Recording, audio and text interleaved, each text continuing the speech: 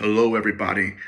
It's Nathaniel, and today we're going to talk about a very interesting subject, fascinating even. We're going to talk about the Collins elite. For those who do not know, because at one time I didn't either, the Collins elite were a group of people deep within the federal government who were researching the many parallels the UFO abduction phenomenon has with demonology. And so these individuals, all with different backgrounds, different degrees, all of them, they conspired. They really got together and said, we want to know what's really going on, but we don't want to study the field of ufology through the lens of nuts and bolts because the phenomenon in many cases doesn't represent that. And so they went at it through a religious lens. They wanted to see what this was all about. And so what they did is they went and they got a bunch of scholars in academia, ancient demonologists, or at least experts in ancient demonology, people like myself. Not that I'm an expert on anything, but that is my specialty. But that's who they went after. They went after anthropologists and history teachers and, people, experts, professors of the ancient Near East. And they asked them, okay, here's this abduction account. Does this sound like anything that you've read in your literature? It was very fascinating. And then there was that was one component. That was one interest they had. But a second interest they had was, is it possible that we can take whatever technology these creatures are exhibiting and weaponize it against our enemies? And so they were running tests of what is called psychic assassinations. It's psychic spying, where they were trying to kill people that are all across the world, but they were trying to do it locally. So you could have somebody sit down and they would go into a trance and they would try to assassinate people. And it was just really our federal government trying to weaponize and replicate whatever technology these entities are manifesting against us. But I'm going to go through a couple case studies with you that really shaped their narrative, really inspired them to come to their conclusions. Number one, there was a guy named Paul Garrett. Paul Garrett was essentially just a house painter before he became an experiencer. When they interviewed him, it came very close to what we would consider to be a near-death experience. The reason I say that is because they called it a near-death experience, but he didn't really truly die. Anyways, Paul Garrett's near NDE, for lack of a better term, it consisted of him leaving his body and entering into this new alternate reality. In this alternate reality, he's looking into the sky, and in the sky were thousands of metallic objects. We would call them UAPs or UFOs. And he said that these objects in and of themselves were pulsating and throbbing. He said it was as if they were alive. And he said there are thousands of them all across the sky. He said then they would descend, each one of them would descend over top of people that were standing on the ground. And he said all of a sudden these ships would pool little balls of light out of these individuals. And the balls of light would ascend into the ships. He said at that particular moment, these individuals were soulless. He said it was as if they were zombies. They were looking around disheveled and confused, walking without purpose or direction. And that was one case study that really started to crack the egg, if you will. That led these researchers to start asking the question of whether or not these entities are harvesting souls during these abduction experiences. Now, for those of you who know my research, believe it or not, I had no idea this group existed prior to coming to the same conclusions in my own work. You can only imagine my zeal when I read the literature and everything, and thought, oh my God, there are people that believe the same thing. These are soul hunters. They're soul hunters. And so then this group of researchers begin to go into a very, what's called, it's basically the study of the end times. Now, I cannot say that this was influenced by their religious upbringing or the religious consciousness, but I will say that it sounds like it, because eschatology is strictly a religious study. It's the study of end time events. But these researchers were starting to filter everything they were learning through their religious lens. And I want to say this. There are people that know what these individuals believed, and they suggest, okay, that they came up with this as in other words, like they came up with it in terms of saying, okay, I already believe this, and I'm going to self-confirm what I believe. I'm going to make all of the data conform to what I want it to be. Now, I understand that argument, and I lean towards that, but we cannot leave out the possibility of these people coming to these conclusions in and of themselves independently. Here's why I say that. Because it wasn't just Paul Giller or Paul Garrett that was talking about this subject in terms of these entities stealing souls. There are thousands and thousands and thousands of abduction accounts where they're not being abducted bodily, that these entities will go out and peel the soul out of the person. And then when these abductees are in the ship themselves, the one witness is Betty Luca. She witnessed 3 bodies on 3 different tables. And over the bodies were 3 balls of light. Their souls were hovering over their respective bodies. So as researchers and as data, this case study is not alone by any measure of the word. There are thousands of other abductees who've experienced this same take on the phenomenon. I know that because I've talked to at least 25, 30 of them, and here's the issue. They have negative abduction accounts. And what's happening is there's a movement in the field that will only promote happy experiences, positive results. When these individuals will call them saying, hey, listen, I want to write a book. Will you help me get a book deal? No, their emails are being ignored. Their phone calls are never being responded to and never being answered. So there are individuals who are experiencing the same thing this individual did. It's just that we're not hearing them. They're being, canceled in a certain way. So moving forward, this out-of-body abduction experience led these researchers to believe that whatever these entities were, they existed in a form of the afterlife. Now, this is what's very interesting because a lot of, secular ufologists, they'll suggest, well, see, that's just all evangelical dogma. I want to suggest this. I grew up in evangelical dogma. That's not evangelical dogma. Their version of the afterlife is hell and hell only. These entities are not demonstrating anything that evangelical demonology would consider authentic. What's happening is a lot of people are projecting their own ignorance of religion upon those who are in religion themselves. Because what these people, the Collins elite, came up with was not remotely, academically at least, religious in that sense. Whatever they said these entities were, which they considered them to be, people, basically soul harvesters, entities that were parasitic in nature. They would feed on the life force of the soul. That does not fall into these theological beliefs of the Western church. That's something you have to really dig out. That's what I've done in my own work. You have to dig it out of the texts. And a lot of them are too lazy to even come up with that kind of research. So I don't want to hear people say, okay, well, that's just too dogmatic. No, you're suggesting that the church itself believes that these entities are that. They're not even anywhere close to that. They don't even know what these entities are. They're not studying this. They have no hypothesis regarding this. So it's not a theological paradigm. It's not a pillar of research within the church that believes this. So we cannot project that on them. What we can say is that their research, the Collins elite, their research led them to believe that this is what we were dealing with and are dealing with. At the end of their research, they came to believe that these entities were somewhere in the afterlife. They would consider, at least evangelicals consider it hell, but it wasn't hell in the classical sense. Hell in this sense was being disembodied. It was literally being discorporate, right? Being out of your body, having no body. And so what they began to do is whenever they would talk to an abductee, a lot of these abductees were saying, hey, listen, I was pulled out of my body and I was abducted. I didn't understand it all. But what they did realize and what they witnessed is they said that these entities were using us as batteries. They were feeding on our souls like we would eat food. They were like not literally eating souls, but figuratively they were consuming us in one way or another and using us to further their means.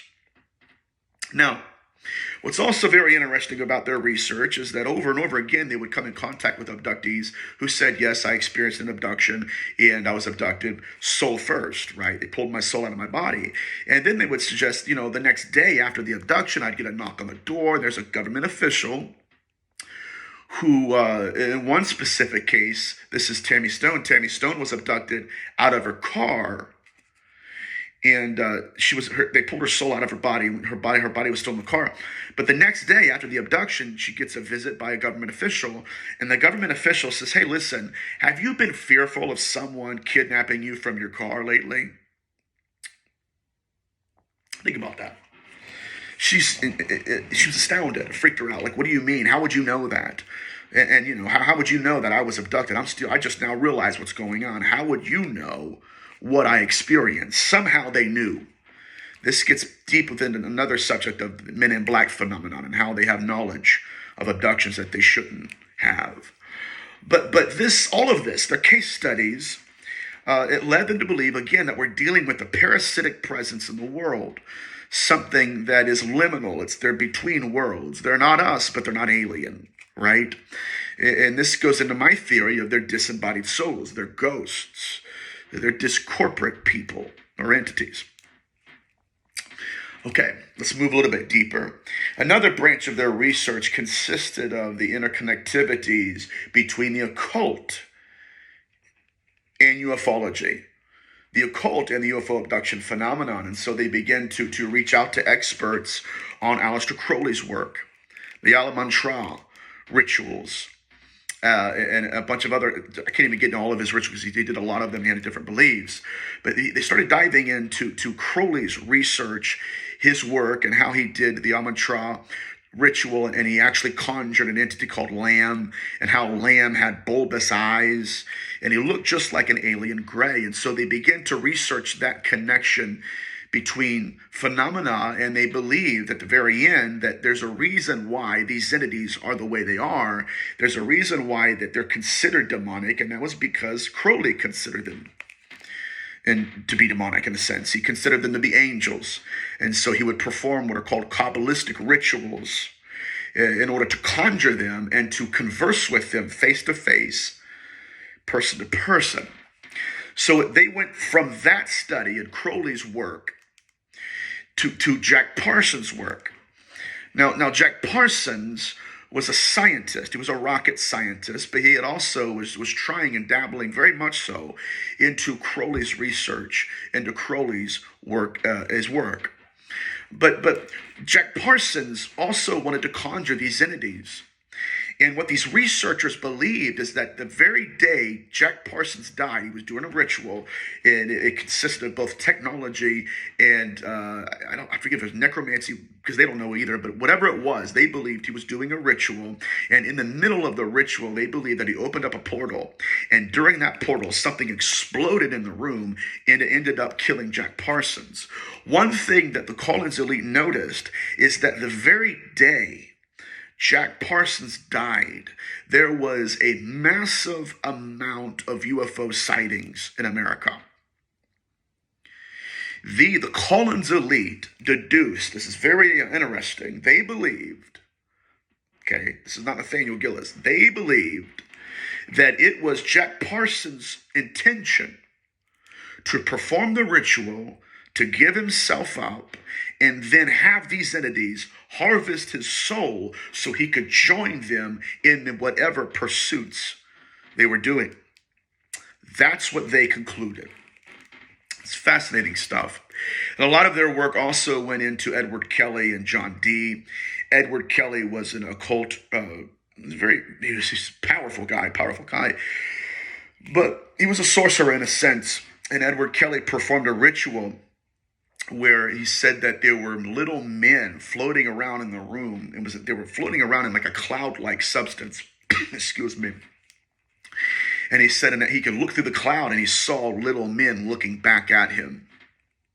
And so the entire narrative of the Collins elite was trying to understand, is there an occultic measure of this? Is there a reason why, if you perform certain rituals, if it's the Babylon working or the Al-Mantra ritual, whatever it is it possible that there's a reason why these entities will manifest to you if you perform that level of ritual magic? Now, their conclusions is troubling. It's troubling, and I think that if you're aware, and you got to read. Now, a lot of this stuff comes from the book Final Events. You can read it right there with Nick Redfern. But they concluded that there is a species in our dimension, or coming in and out of our dimension, that is harvesting our souls. They also concluded that the reason they're harvesting our souls is not just for sustenance and as a battery source, but they believe that these entities were orchestrating an end-time event to bring upon the Antichrist. And so this is where they kind of lose me. I mean, I can understand a lot of what they're saying, but when we're dealing with eschatology, especially with the book of Revelations, it's an extremely difficult book to translate, interpret. Do we take it literally? Do we take it allegorically? Is it figurative? We don't know. It's very difficult. I mean, even when Jesus in the New Testament was giving out parables, he gave people parables to make them think. And he still didn't sound as ambiguous as Paul the Revelator when he wrote, So it's difficult to understand what Revelation says. And I grew up with Bible scholars, people that study end times, all that stuff. A lot of it, again, it's very ambiguous and it's elusive in interpretation. So I'm not sure where they're getting at with that. But in terms of them believing that we are dealing with a species that is soul hunting, check. I agree. And I also agree with their narrative of them saying, okay, that we're dealing with a species that exists somewhere in what we would call the afterlife. 100%. We're dealing with apparitional entities. 100%. And if you watch my last video on apparitional aliens, you'll see that there is a constitution of consciousness. It's not just something that it is. It's something that can be local, that can be embodied, and that can be touched. Right? The Atrahasis epic, the soul of a man is made from the flesh of a god. Yeah. So anyways, I wanted to talk to you guys about that. I know it's not as long and in-depth as many of you wanted me to go, but this is a lot of research. It's very difficult to condense. But I wanted to share that with you guys. Tomorrow, I am going to be lecturing at 3 p.m. EST. I'll be lecturing at the Forbidden Knowledge News Conference, and I'll be talking a lot about this Collins Elite research, and I will be talking about the threat narrative and how these entities do represent a threat to us as a species, how they're trying to self-replicate through us, and soul harvesting. Guys, that's what Paul Garrett saw. He saw these entities, these ships that are alive, that have souls in them, literally stealing souls out of others, just like that, pulling it out. There's also a very interesting, and I'll close with this, I'll shut up, but something very interesting that they talk about. They talk about a guy, he is, what was his name? I want to share this with you. His name was Sergeant John Healy. I'm going to read this portion to you. He said the Pentagon would call us up, and he's part of the Collins Elite. He said the Pentagon would call us up and ask, well, has this incident happened to you since the occurrence? So they're referring to an abduction account. And he said in two of the instances that I recall, what they questioned me was, number one, have I ever dreamed of body separation? Right? Your soul leaving your body. And he said, and I have. He said, I have dreamed that I was dead in bed and that my body was lying dead. He said that my spirit was hovering over my body. That resonated with me as well. I'll tell you why. Because I have a very good friend in New England who is not a ufologist. He does cleansings. He does cleansings and malevolent hauntings. Great guy. But he was watching one of my lectures or my shows, and he reached out to me and said, hey, listen, Nathaniel, he goes, I want to share with you my experience, what got me into the field of the paranormal. He said, I've never shared it. He said, I just want you, it's very interesting. He said, I want you to know where I got in this field and how it affected me as a child. I said, okay. He said, one night, he said, I was paralyzed in bed, couldn't move. And he said, I didn't understand what was happening to me. And he said, next thing I know, I'm hovering over my body. He said, I'm hovering over my body and I'm trying to understand, trying to rationalize what I'm experiencing. He said, and as I'm looking down at my body, my head begins to move around and starts looking around the room. And he said, now, Nathaniel, I'm not in my body. Something or someone else is. He says, so I'm looking down at my body. Next thing you know, he says, my body, my head looks up. And he says, so now my soul, I'm looking directly into the eyes of my body. And he says, when I did, whoever or whatever had taken possession over my body began to speak to me in a chilling, buzzing, chirping language. This is very important. He had the same experience this abductee did. And the reason he reached out to me regarding that abduction account, if you want to call it that NDE, we don't know. Our terminologies are starting to just fall apart now because the phenomenon is stretching itself beyond them. But the reason he told me that is because he heard one day, as I was lecturing, he heard me talk about the language of necromancy in biblical antiquity. And I talk about that in terms of when the spies went into Canaan, when the Ammonites went into Canaan, the Amorites went into Canaan, all these guys went into Canaan, and they experienced what they would consider to be the living dead. People, bodies, corpses that were possessed by consciousness, disincarnate consciousness, that these entities had possessed the bodies, and these entities were communicating back and forth to each other. And these people, they consider these entities to be Zamzummim. Zamzummim was not a concrete title regarding these entities. It was the only word in their language that sounded like the language these entities used to communicate to each other in. It was a chirping, a buzzing, and a muttering sound. You see the connection here? Now, it's very important because scholars say the reason that these individuals were so shaken regarding this language is because that language itself was a language only used in necromantic rituals. Matter of fact, in the book of Isaiah, when Yahweh commands Israel and says, okay, guys, I don't want you to go and consult necromancers, he makes a specific reference. He says, do not consult those who chirp, buzz, and mutter. And so that language, again, for the necromancer, that's not their known language. The language they're referring to is the language of the possessing entity. When he possesses a necromancer, he looks around and he starts speaking the language it knows. So there's a language to these entities. There's a language of the dead. There's a language of the ghost. And it's all recorded and kind of tucked away in that particular passage. But that, guys, this is real stuff. They are soul hunters. And they are harvesting people. In many cases, I believe 100% there are people that have died that have not truly died. They've died, their bodies, the ground, their soul itself is captured by these creatures. I also believe that's why when people are abducted, they meet people who were considered dead. Sometimes they're just in the corner of the room, not even saying anything, in a very clinical, professional fashion, just there. And so I think that this leads us into another direction in terms of what possession really is. Because there's one side of the research that says, okay, it's bodily possession. Then there's another side of the research that there's also an astral abduction, rather. It's bodily abduction. There's a soulish abduction as well. But I think that it's possible that the only reason they're taking the body is to get to the soul.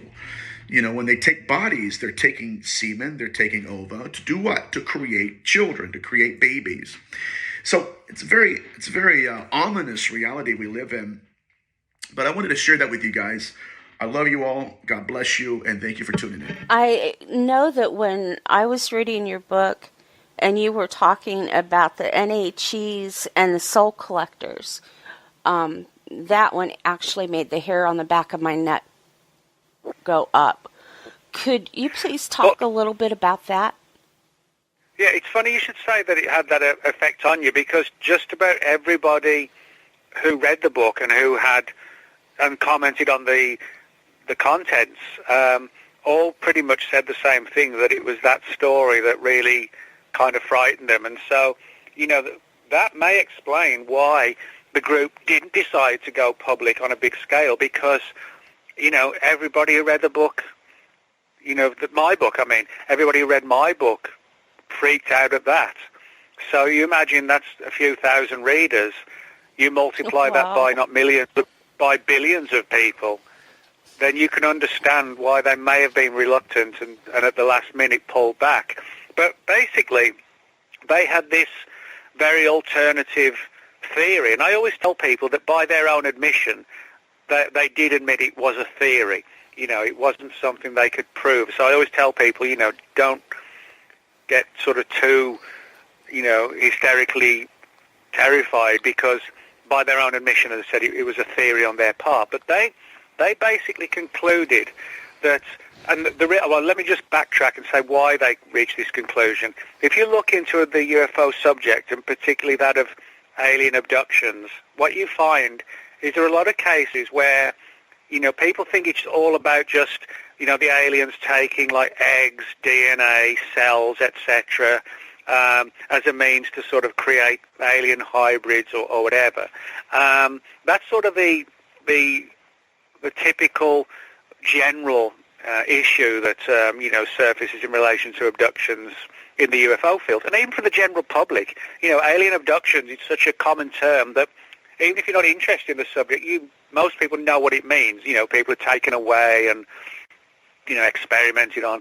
But there are a lot of stories where people have been abducted and they talk about their soul being sort of extracted from the body, and while they're on the UFO, they can kind of see them from above, like an out-of-body experience, that kind of thing. And that really sort of caught the attention of the Collins elite, that this was something that wasn't just some scientists from another world coming here and, taking cells from us in the same way that we might sort of tag an animal out in the jungle, and tag it and follow it and take a few cells, etc., and then let it go. It was not like that as they saw it. They saw things as being very weird and sinister, with, people talking about soul stealers and even feeding on the soul. Some of the people felt weak and tired after the experience and literally felt, like their life force had been drained from them. And the Collins elite's very disturbing conclusion was that these entities had sort of had an awareness that the human soul, whatever, or life force, or whatever you want to call it, depending on your belief systems, whatever you want to call it, the soul, life force, they concluded or suspected that it was a supernatural aspect of the body that lives on, but it lives on in the form of an energy rather than a flesh and blood creature or animal or person or whatever. And they concluded that this energy, the aliens, so to speak, or whatever, the NHEs, could literally feed on that high state of energy. In other words, it was in the way we eat food and drink liquid, they feed on the energy of the human soul. And it's kind of like, as I draw an analogy, if you ever seen the Matrix movies, in the Matrix movies, we're all sort of living in this highly sophisticated dream world, like a virtual reality, and we all think, we're going away doing our everyday thing every day, but we're not. We're actually all dreaming. We're all sort of locked down in these sort of huge pods in the future, where billions of people are all sort of having this unified dream together. And the reason it's done is because the machines, as they are in the movie, are sort of feeding on human electricity, the small amount of electricity the human body actually does give off. They're sort of siphoning it and then using it to fuel the machines in the future. And that's kind of what the Collins elite was saying, that the Earth is almost like a factory, that we're being, almost like a farm, we're being bred. They view it from the perspective of us being bred in, like breeding cattle, and then in the same way, that if you eat meat, the cattle goes to the slaughterhouse, etc. And they took the view that when we die, it's a similar thing. They took the view that they take our energy, we're the equivalent of a steak, to them. But like I said, that was their theory based on the notion that people were reporting these soul extractions. And other people, though, there is sort of positive angle to it as well. Other people felt that they were not sort of feeding on the soul.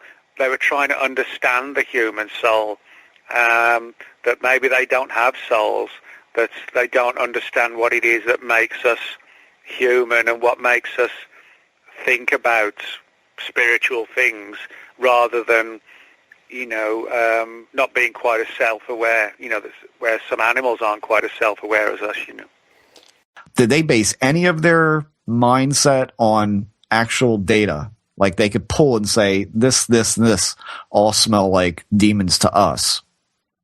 Well, yeah, I mean, aside from things like, as I said, the Ouija boards and the Crowley links and the Parsons links, which they considered were all sort of inextricably tied together, they also, but again, this is again largely based around belief systems. They interviewed a number of people who'd undergone so-called near-death experiences, and who had sort of very strange experiences, not with what you would call like a traditional Christian approach of heaven and hell, but going to some sort of weird afterlife that was almost kind of like the Matrix movie, where, in the film Keanu Reeves wakes up into the real world, if you like, and he's stuck in this pod where all these machines are feeding on him and everybody like batteries. That the group interviewed a number of people who had near-death experiences who said that that's what hell was like. It was like like a cross between some techno realm, but one that was also linked with sort of archaic rite and ritual and, ancient teachings, etc., but that they were feeding on human souls. They were like recycling and feeding on them, literally. And they incorporated this into their story, that, the idea of that these were demons, and, that the afterlife was like a factory. This is where we're nurtured, like the cows in the field, and the afterlife is like a never-ending, endless factory full of billions of souls that are fed upon. And we're just recycled and used until there's nothing left. And so they want to keep us going on this planet. Now, in other words, but again, this was a belief system. They could have, I've read a lot of books on NDEs, near-death experiences, where people have a totally different approach, but they ignored that data in favor of the stuff that supported the idea that it was tied in with UFOs and a UFO deception. They've existed for centuries, but they didn't enter the public consciousness until the 1970s and 80s. Near-death experiences and alien abductions were independent strains of mystery until someone had the audacity to compare the two. Let's explore.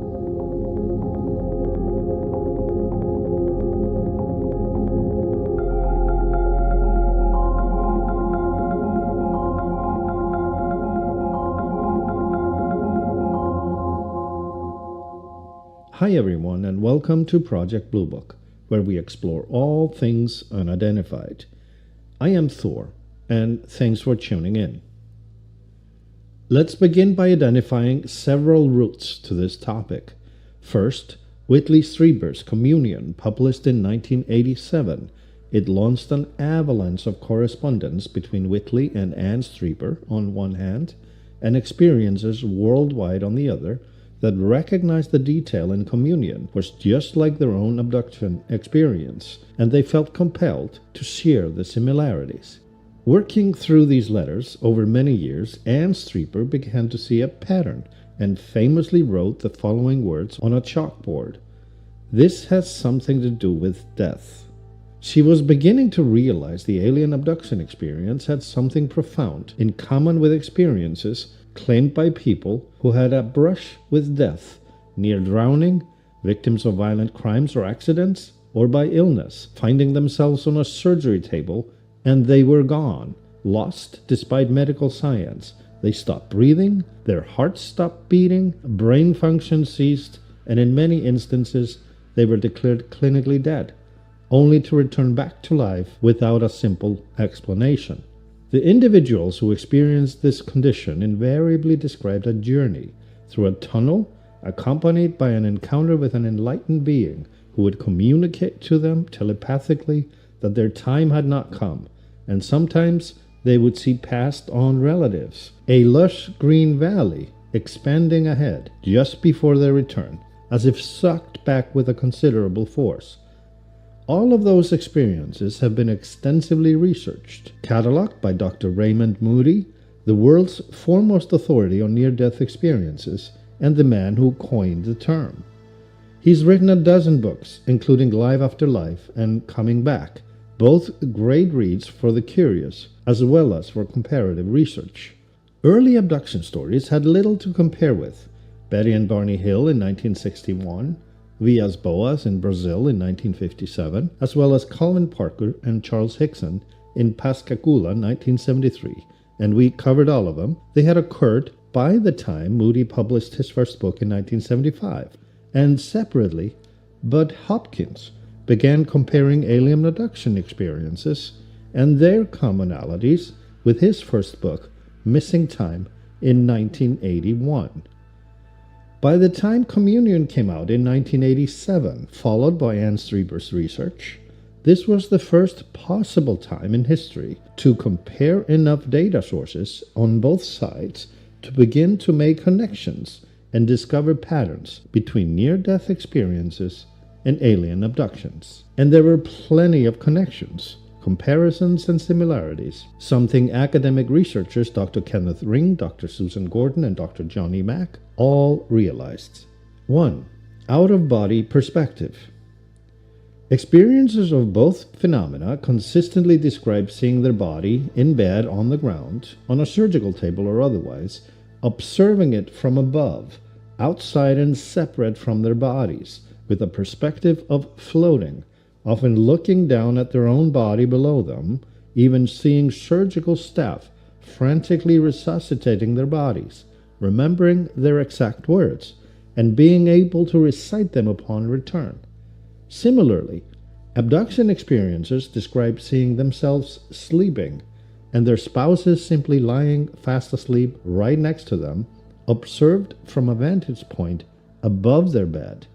Both describe a genuine out-of-body experience, or an OBE. 2.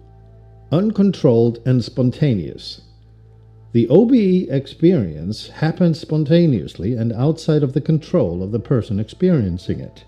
They are being forced out of their body, describing the moment as a considerable jolt, followed by a moment of utter confusion, against their will and without having any control over it or against it.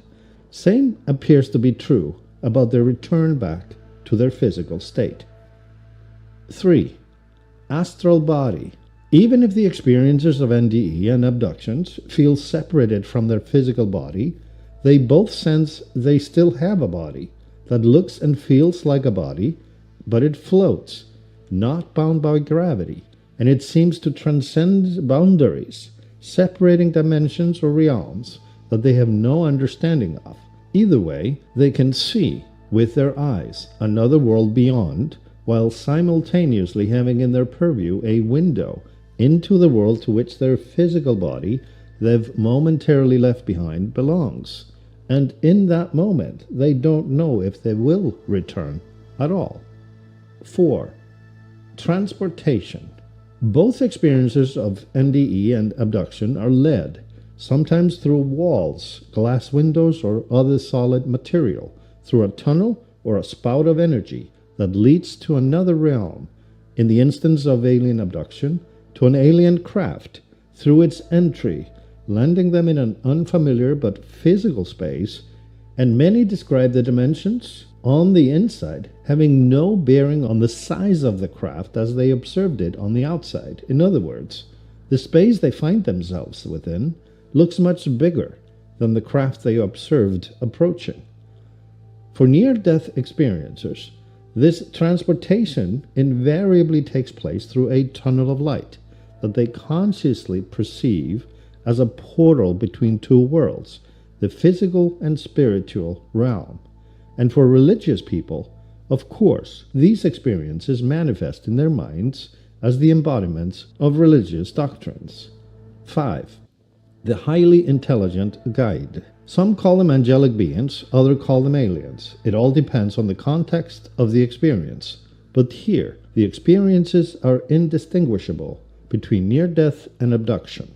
In both cases, a highly intelligent being guides the individual with care and comfort. Some describe this being as angelic, others as protectors. But this is also where the two part ways in a significant way. What differs is the fear factor. Fear is more consistently associated with the abduction experience, sometimes off the charts, inside the realm of paralyzing terror, whereas the NDE experience is described as calming, soothing, to a point of the experiencer stating they would rather stay and continue this new journey rather than return, as if it's where they truly belong, whereas the alien abductee find themselves in an unfamiliar, chilling place they don't feel they belong to at all, and can't wait for the nightmare of terror to end. 6. Memory.